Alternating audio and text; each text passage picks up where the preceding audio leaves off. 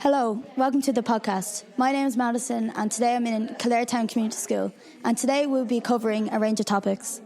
First up, we have my own group. Today we'll be talking about a wacky headline we found. Hi, I'm Quiva, and today we're going to be talking about a crazy headline that we saw. So in August last year, a Florida woman was pulled over for running a red light, and when two officers checked her car they found 41 turtles in a Teenage Mutant Ninja Turtle backpack. And when she was asked if there were any other animals in the car, she proceeded to pull a foot-long alligator out of her yoga pants. A foot-long alligator. That is crazy. How the hell did she get an alligator in yoga pants? Yoga pants are tight. They're leggings. She could have had them flowy kind of pants. Sometimes they call them yoga pants in America, but they're actually just genie pants. I don't know, I don't do yoga, so I cannot tell you how I feel about that. But surely she could not capture an alligator on her own. They're strong. They're big. From the pictures that we were looking at, it's not a small alligator. No, it's not. Big. You know that show Deadly 60 and all these, where Steve, I think his name was, he'll have a whole team of people. Now, I know the alligator was smaller or whatever, but there's no way she could have not known. Yeah, no. I think we need to figure out how she got them, and as well how many people were involved in order to get them and where they were when she was in the car. But alligators are they that common in America? Are they in Florida? Is there many? There is 1.25 million alligators in Florida, so I'd say she could find one fairly easily. If they're quite common in restaurants, that means they have to be getting them from somewhere. But the turtles, come on. The turtles were in a Teenage Mutant Ninja Turtle bag. Commitment. There's 41 of them. I mean, come on. Imagine, right, going, where's that place in Bray? Sea Life, Sea World, whatever it's called. But imagine, looking at all the little fishies or whatever, and then this woman just comes along with a big fisher net and just goes with all these turtles into her little backpack. That's crazy.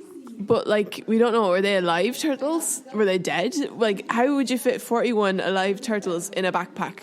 Surely they'd have to be in water if they were alive. Yeah, maybe they put, were they in a bag? Stored in But water? because if they were just in the bag, then the water would be seeping out of it. Yeah, that's true. Exactly. But anyway, she was charged, I think it was 6 months probation, 200 hours of community service, and she was fined $500, and that had to be donated to the Florida Fish Wildlife Conservation Committee. So I presume that's where the alligators and the turtles went. Yeah. So I'd say so. But what do you learn from all this? Exactly. What? to not run a red light when you have all those animals in the back of your car. Facing your bottoms. Don't get caught. Well, I think we're finished up now, but I hope you enjoyed listening to some wacky headlines, and we hope that I made you laugh. Anyway, thanks. There you go. Turtles in a Ninja Turtle backpack and an alligator down someone's pants. Next up we have the Women's Corner, and they will be discussing all about women in sport. Welcome back to the Women's Corner. I'm Sarah, and I'm here with Millie, Mary, Emilia and Harriet from KTCS. Thank you, Sarah. Today we'll be talking about the repeated unfair conduct that girls of all ages face in soccer and rugby. How many times have you seen an ad for your favourite brand while watching a men's game? I love when women's products sponsor a men's game. Now, think about women's sports. They don't get sponsored nearly half as much as men do. That's true. That's right. The facts don't lie. Women's sport sponsorship only accounts for 0.4% of a total between 2011 and 2013 media coverage. For women in sport only accounts for 7% of total sport coverage. That is just too low. Why are women's rules always so different to men's? Well, the stubborn rules seem like they'll never change. In 2014, the prize money for the Men's Football World Cup was 35 million, and for the women's one it was only 2 million. Which I think was very disgraceful. In the Women's Football World Cup, 2015 players were made to play on AstroTurf instead of grass. Don't even try and ask why.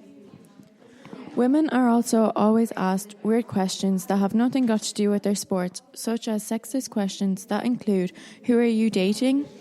Now that you're married, how will things change? Who's your favourite male athlete and can you twirl for us? I think this is disgraceful. The support is there according to survey. 52% of viewers thought BBC should be doing more to encourage women's sport.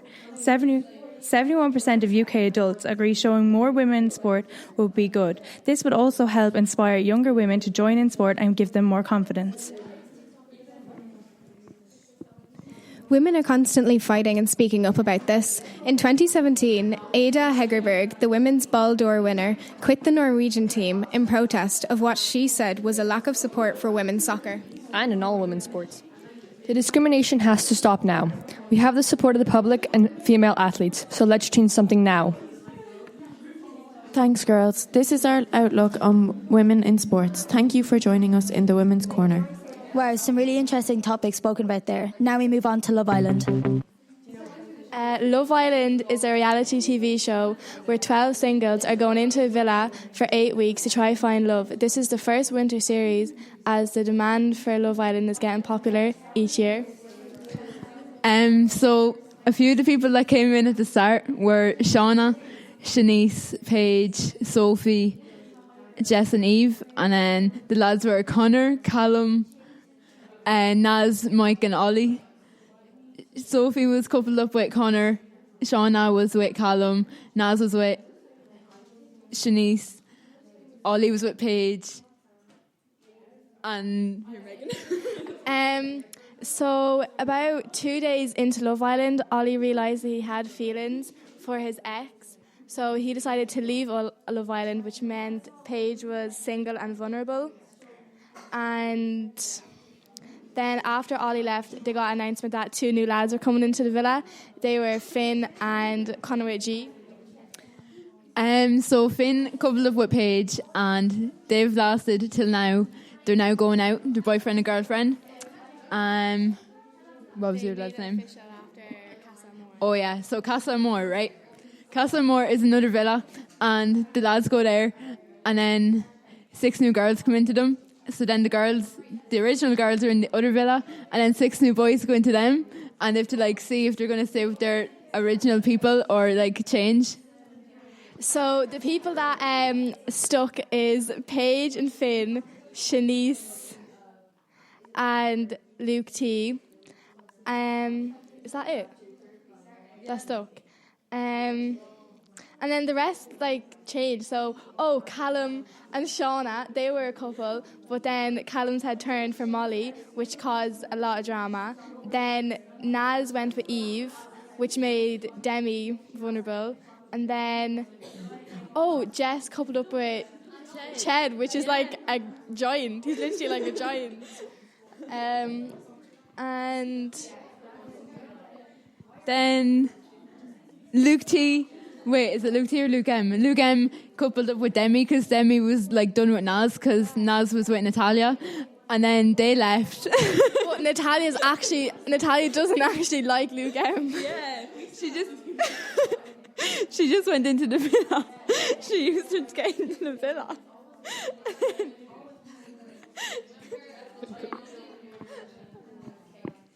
So basically, they told you the story about Love Island. So we're going to tell you about the background of it.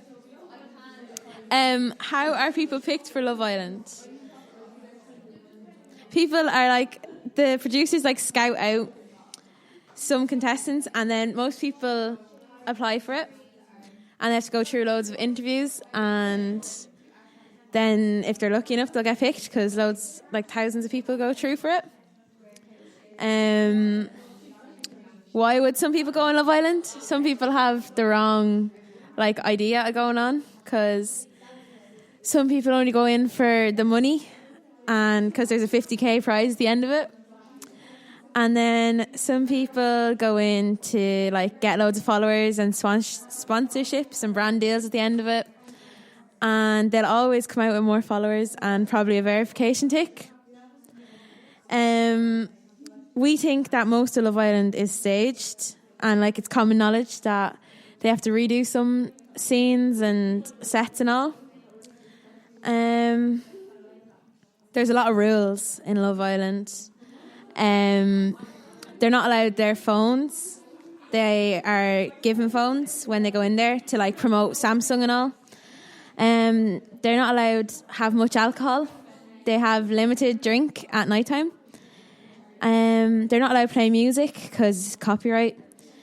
They're not really allowed to sing because copyright. They have to wear a mic at all times, and if they're not wearing a mic, they can't chat about the show. They're not encouraged not to nap because it'll not be fun for the viewers to watch.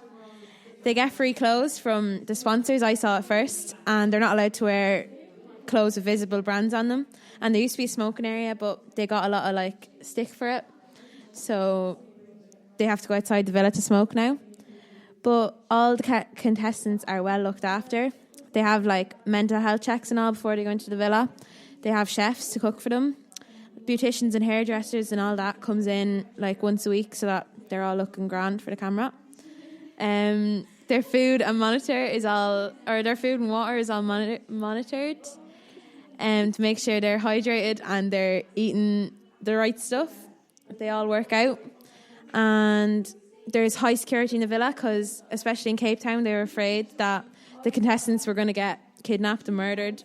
So there's a high security. And then apparently they get £200 to £250 a week for being on the show. Is that it? Would you like to go on Love Island? Would you go on Love Island, Kira? No. Would you go on Love Island, Ella? No. I would go on Love Island. Would you go on Love Island, Karen? No. I'd love to. I'd love to too. I think you have to be chatty and fun, and you have to have something. You have to have something about you to be on Love Island, so we might not make it. Oh my God. She's actually talking. Speak for yourself. Thanks for listening to our podcast. Hope you enjoyed. Bye. And our last topic is all about TikTok. Hi everyone, this is our part of the podcast where I'll be talking all about TikTok. So first, what is TikTok? It's an app that people post trending dances and different comedy trends and stuff for 15 seconds in a video. Everyone downloads the app as a joke, but actually everyone ends up getting addicted to it. Before TikTok, didn't all of you have Musical.ly? Yeah. It's hard to admit it though because it used to be cringy. Yeah, Musical.ly used to be a cringe you have to have, but now TikTok is the normal thing to have. Yeah. When you first go into the app, what does it have, the For You page? Yeah, the For You page is where most videos blow up. They get likes and comments from everyone around the world. TikTok now has over 500 million users. It's so easy to get famous on TikTok. There's a group of famous people. One TikToker is named Charli D'Amelio.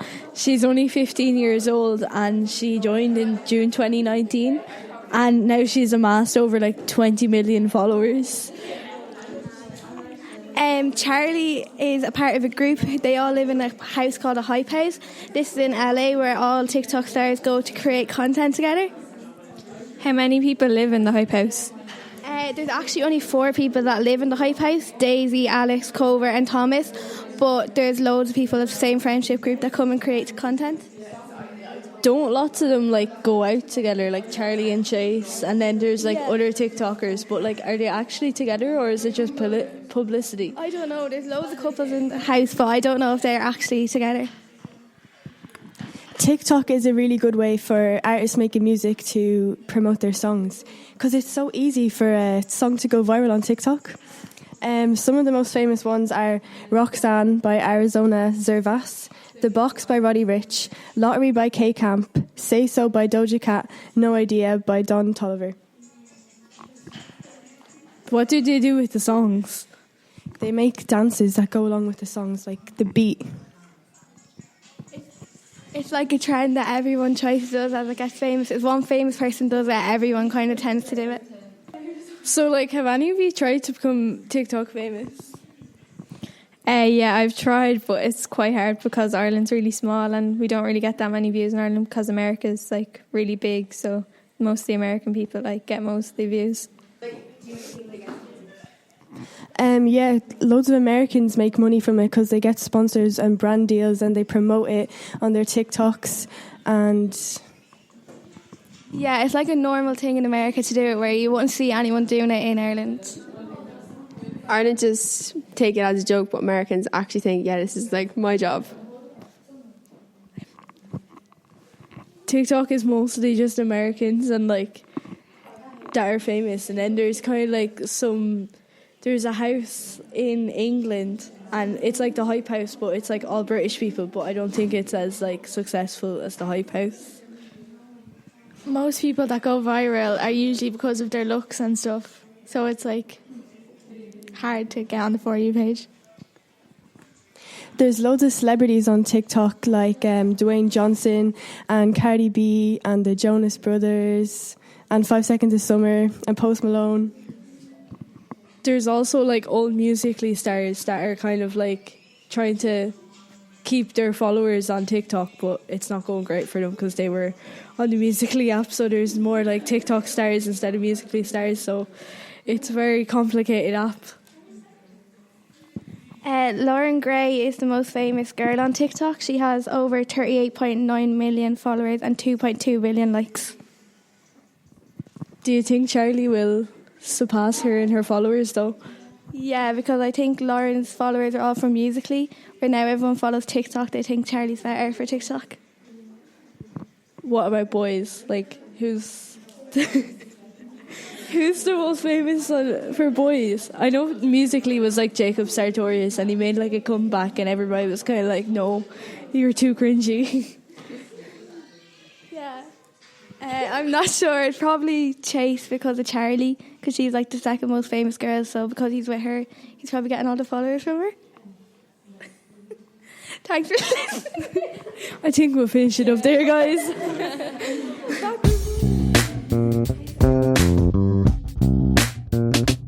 Thanks for listening to the podcast from Kildare Community School.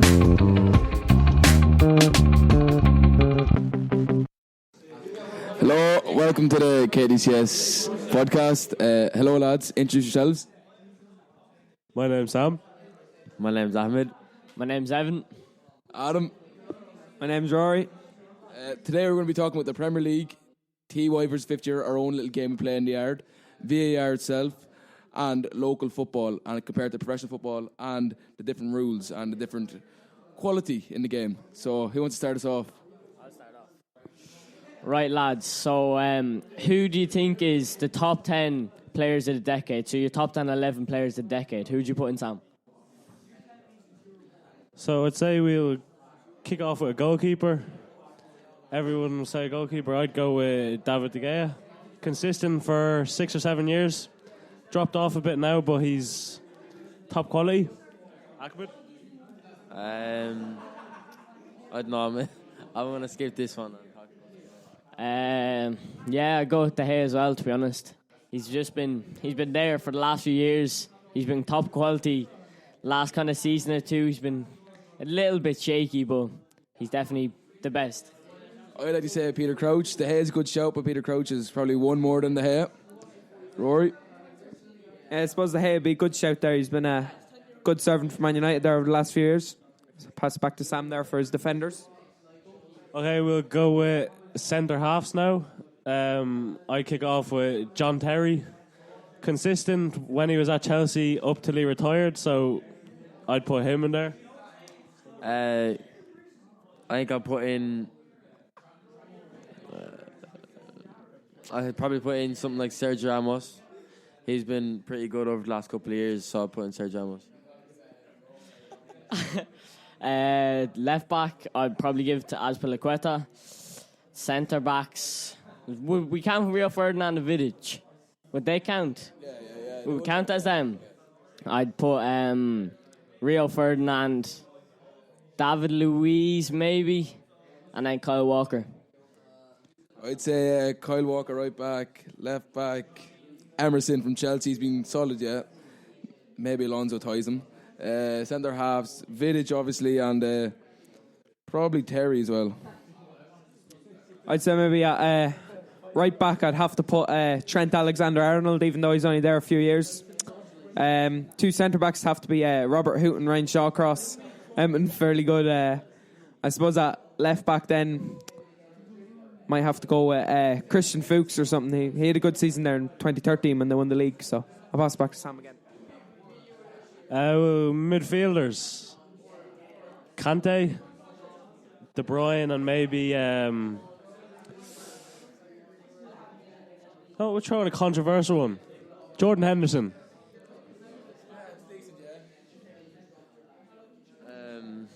LeBron James. My midfielders, Kante, De Bruyne, and maybe... don't know, I'm trying to think of a midfielder. Do you know what? I'll throw in one. Matic. Top midfielders, if we're picking three, I'd like to say Fred from United. He's had a decent season. He's played 50 games. McTominay as well. He looks like he's going to be one for the future. And Norwich have a good lad called Buendia. He looks decent for the future as well. Suppose maybe Ander Herrera and Fred as well. He's been good, and N'Golo Kante would be a good shout as well. Yeah. Okay, attackers throw out Aguero. Over the last few years, we've had a couple of breakout like Salah and Harry Kane. I'd put Harry Kane in. I wouldn't put Salah in yet. And for consistency every season, we go Marcus Rashford, one for future. I'd have to say Roddy Rich.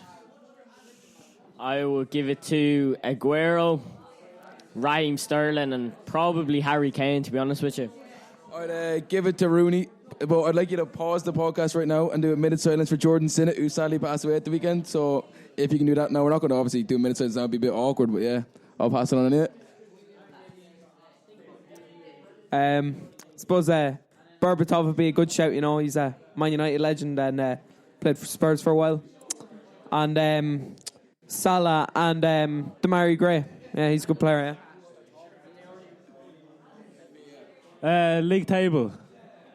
Liverpool are winning the league, we can all agree about that. But the relegation battle it's tight this year. I think it's 4 points from 20th to 17th or to 15th. So my three to go down would be... That's not relegation. My three to go down would be Aston Villa, West Ham, and Bournemouth. I'd probably give it to Norwich 20th, West Ham. Actually, no, I can see West Ham staying up.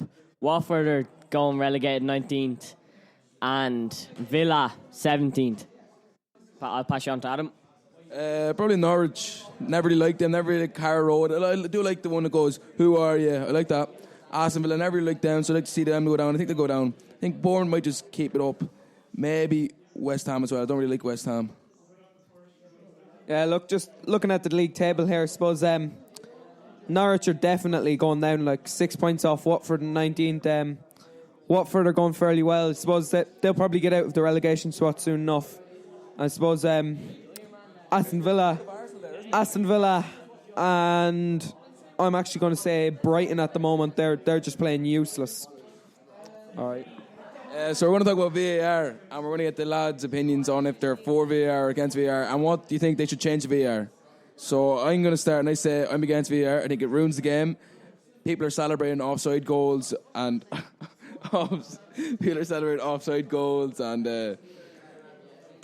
disallowed goals. Sorry, and so I think I'm against VAR at all. I feel, I don't know, VAR helps the game, but it also ruins the game. Me, myself, I'm against VAR. I just think it's kind of ruined the game with celebrating goals that are not allowed and handballs that happen 2 minutes after the goal or before the goal. I just feel like it's unfair to the players and to the fans. I just don't think it should be there. I think it should be gone, to be honest. I'm for VAR because it's fair, because fouls are fouls. So I think if a foul happens in the build-up to a goal, the goal shouldn't stand. So it's helping the game, but people are complaining about ruining the game, but it's fair altogether. Yeah, I suppose I'm with Sam on that one. I kind of like VAR. So, I suppose like This season there's been 75 overturns for fouls, like, so that's 75 decisions that should have been made but weren't, so it's probably helped teams. There's 5 red cards as well, so I suppose it's better. Right, we'll change to the topic of TY versus fifth years.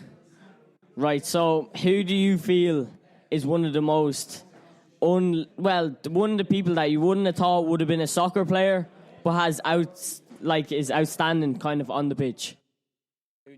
I think Keane Gibney. Oscar Prokop. I think myself, I give it to Aaron Fitzgerald. He does the job in the defence. He's basically a rock, and to compare him to Virgil van Dijk is a diss to Aaron Fitzgerald. I'd say Sean Kante Conlon, workhorse on the pitch, does lots of work and cuts wood as well, so he's a good hard-working man at home as well. I think maybe Robbie Gibbons is a good shout there. He's kind of like Busquets there, just picking up everything that comes through there, so that's probably my vote for best player. TY versus fifth year, by the way, is one of our games we play out in the field, so if you're interested in more, you can always ask and leave comments and likes and all that, you know. Who do you think has won the most games in VAR? In TY versus fifth year? TYs? Yeah, I'd have to give it to TYs. I'd probably say fifth years, yeah. Well, it actually is 29 games to TYs, 31 draws, and 29 games to fifth years. It's mad how it just worked out like that. I think TYs have won most of the games. Well, you're wrong. Anyway, next topic, we're going to talk about local area football compared to professional football. This is going to be like teams like Kildare Town, Newbridge Town, League Slip, all teams that have senior teams against teams like St. Pat's, Longford, Wexford and Bohemians. Teams like Longford and Wexford, they're all first division teams. And this will be happening next week, because we've been told to wrap it up. Anyway, I like the school, I like Sam, both ways. So that's the show. Thanks for watching. One thing I have to say, Pat's going to win the league. Nothing about it. Bows rather win the league, yeah. Bows are better than Pat's, yeah. Sound. Hello and welcome to the Who Asked podcast. Today we'll be talking on the topic of freedom of speech. I'm going to hand the microphone over to Michael Kiernan, who's going to start us off. Personally now, I believe that people should have the right to say whatever they want and express their opinions. I don't think people should have to silence their own views and pretend that they believe something else just because that their view might end up offending someone else. Yeah, I see your point, but the thing is, I believe everyone should have a right to freedom of speech within reason. So, obviously, you're not just saying something to be offensive, or you're not just saying something to, offend someone, but you're saying something that has a genuine point that you believe in. It's just saying something that you have a genuine point that you believe in. If you don't agree with someone saying, you just get over it, you know what I mean? Go to sleep or something, you know what I mean? Grow up, you know what I mean? Man up, right? I think that people should be allowed to say what they want within reason, not in an offensive way, using slang terms and not. You can't say within if not in an offensive way, because what if the actual opinion itself offends someone? Then it doesn't matter what way you phrase it, they're going to take offence to it. There's no point in trying to sugarcoat it for other people, I believe. Hold on, so you're saying that it shouldn't offend anyone, but say you like socks that smell like watermelon and I don't like socks that smell like watermelon, and I say, I don't like socks that smell like watermelon, and you get offended over that. Does that mean that I shouldn't say it? No, it means that I shouldn't get offended over your own different opinion. But you just hold on. You just said to me that you shouldn't say anything that's offensive. Something that's discriminative. If something's discriminative, you're pointing out a flaw or something in particular, that might not necessarily be a flaw, except it can be something that could be anything, whether them being left-handed or in a wheelchair or something.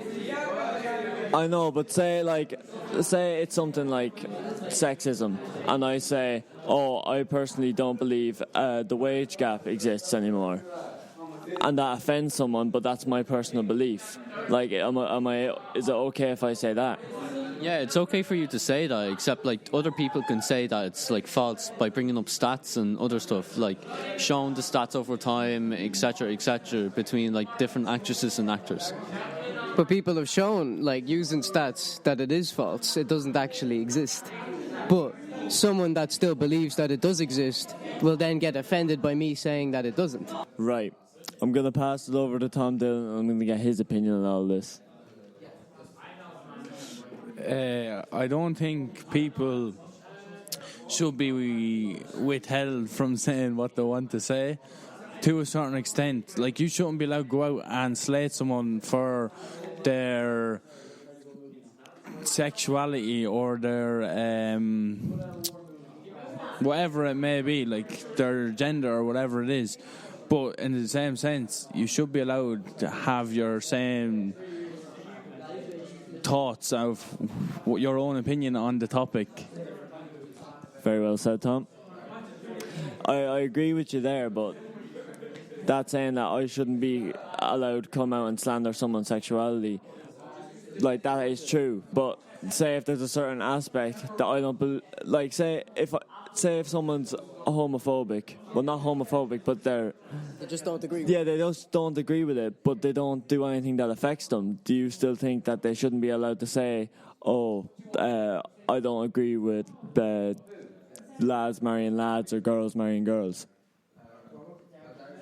Well, why would you give your opinion on something that's not got to... Like, if it doesn't bother you, like, if you don't agree with it and it doesn't bother you, why would you give your opinion if you're not asked for it? On something like, if you don't agree with two men marrying men or two women marrying women, like, and you don't agree with it, but no one asks for your opinion, why would you give it? And that's why the podcast is called Who Asked, because no one really asks, do they? Like, in my opinion, like, you shouldn't really care, do you know what I mean? If you have an opinion, you might as well just say it, and if they have a problem with it, it's just their situation, you have to deal with it, isn't it? Like, they just need to man up a bit and just agree with it, and they can say your opinion on you, the way you look, then you just take it on the chin and you say something back. Go on and on and on, do you know what I mean? Isn't it, Joe? Yeah, you're rambling a bit, but yeah, I see what you're saying. But back to what Tom said, like, if I'm asked, personally, like, say if this is a celebrity and he's asked, personally, do you support gay marriage? And they come out and say no. I think they should have a right to say that, but they should also have a right to open criticism. Yeah, I agree with just what you're saying there, Joe. I agree with what you're saying in the fact that whether it be a celebrity or not, now celebrities, if they openly say that they're not for gay marriage, then that's not really being politically correct, and they probably will get slated for that. But if a gay man or gay woman come up to one of us and ask their opinion, then yeah, 100% you should be allowed to say what you think if you're asked for your opinion. I know it's just said there that if they didn't agree with gay marriage, that it wouldn't be politically correct. But I don't think we should say if things are, like, politically correct or not, because that's going to be different for other people. Like, for example, like comedy. Like, you can't say if a joke is or isn't funny just because you find, like, the subject matter offensive. For example, like, if a comedian, like, is doing stand-up or whatever, and a joke kind of is, like, making fun of a certain group of people, that's not saying it in a derogatory or offensive way.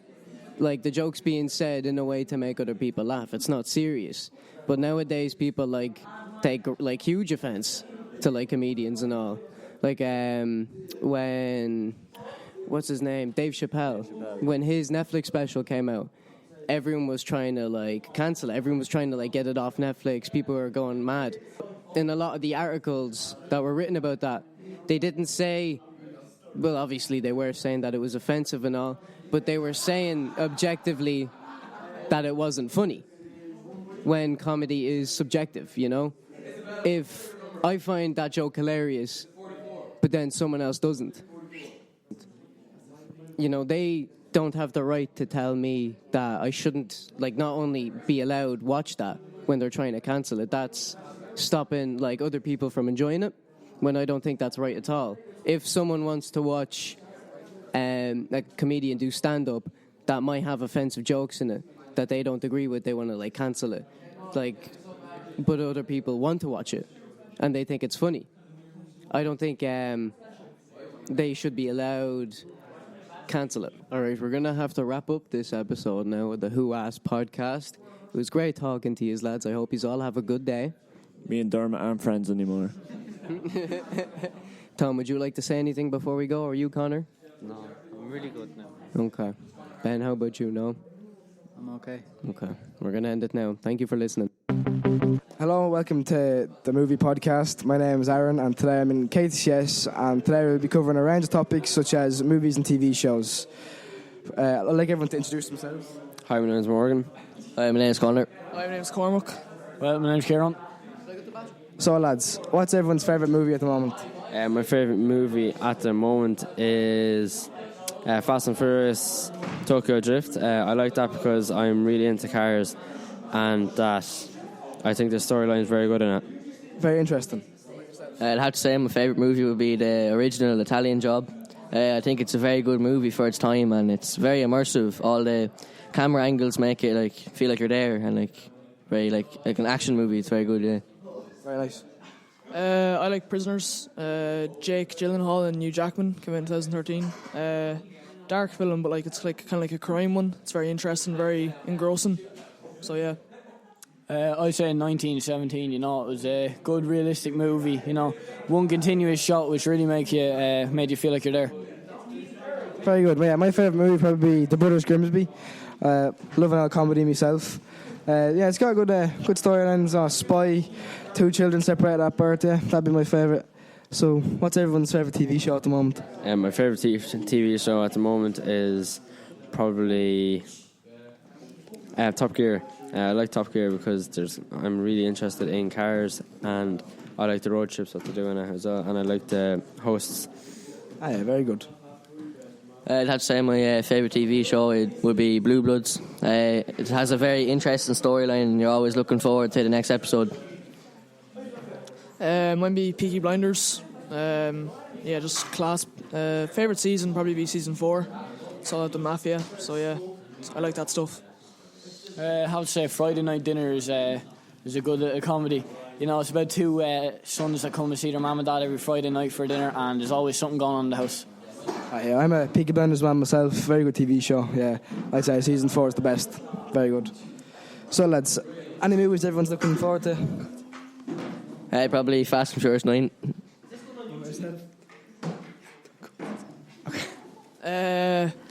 For me, James Bond, No Time to Die. It's Daniel Craig's last film, so yeah, I'd like to see that. Yeah, can't wait. I'd say Top Gun Maverick because the first one is like really good. Maybe like kind of want to be a pilot. I'd say this one will be good. Oh yeah, I'm looking forward to A Quiet Place too. You know, second part of a really good film. You know, thriller, horror. Yeah, I cannot wait for Fast and Furious 9 to come out because I really liked the previous Fast and Furious. Well, thanks lads for coming on the show. It's been a pleasure. I've enjoyed talking. Very much. Thank you very much, Aaron. Hi, I'm your host Dara, and we're going to be talking about sleep. I've got in Miles to give you just to talk about sleep. Take it away, Miles. For those who are listening, he just fell asleep, but the show must go on. Anyways, why do we need sleep? It'd be great if we had 8 more hours of consciousness to be productive, but we still have to sleep. Sleep is actually very helpful for us. For our bodies, sleep helps repair muscles, which makes them stronger. Sleep also helps us remember things from school, moving things from our short-term memory to our long-term memory, making us remember them for longer. If you don't get enough sleep... Would you like to repeat that, Dara? If you don't get enough sleep or become sleep deprived, a lot of things can happen. Luke here will tell us more about it. Yeah. So I personally have struggles with sleep deprivation. There's so many sleeping's nice. It's terrible. But yeah, it's basically, it makes you so that you can't concentrate during the day, and it really affects mood swings. Like if you ever get outbursts of anger or something, it's probably due to sleep deprivation. I guess a way of like fixing it was just like try to sleep more, or sleep earlier maybe. But I haven't found a way to fix it yet. Isabella, do you want anything else to comment on?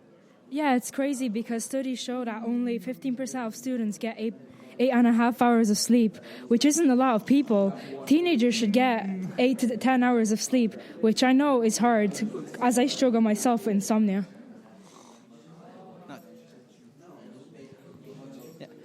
So, that's the end. I'll just wake up Dara here. Oh, jeez. Sorry, I fell asleep there. Is it the end? Yes, it's the end. Oh, thanks for listening and good night.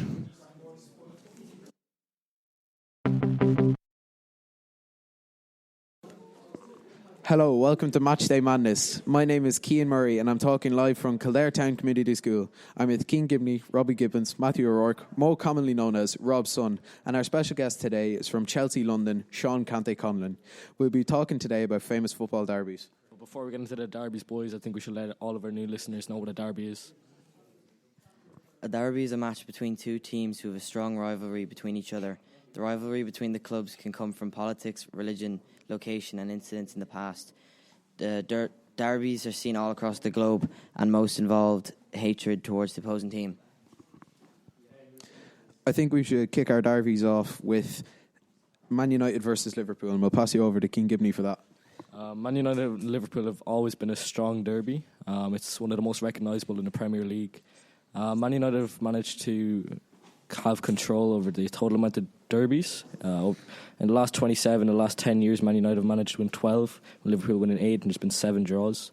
The clubs are similar. They're near one each other and have a rivalry between the fans. But yeah, like you have to have respect for Liverpool's side and what Jurgen Klopp has managed to do with the current side of the team. What is your opinions on Man United's current state? Oh, Man United are in an awful heap right now. We're going to need a lot of money to get back to the state that we used to be to even have a chance of an interesting derby between Liverpool and the other opposing teams today. Yeah, that's about it, really. We'll get on to the Celtic versus Rangers now. Celtic versus Rangers, otherwise known as the Old Firm, is held in Glasgow. Rangers won the last clash between the two sides, and the derby is between Protestant and Catholic religions.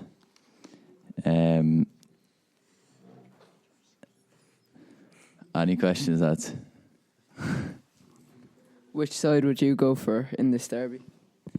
Personally, I'd go for Celtic because I am Catholic, but I'm not sure about G.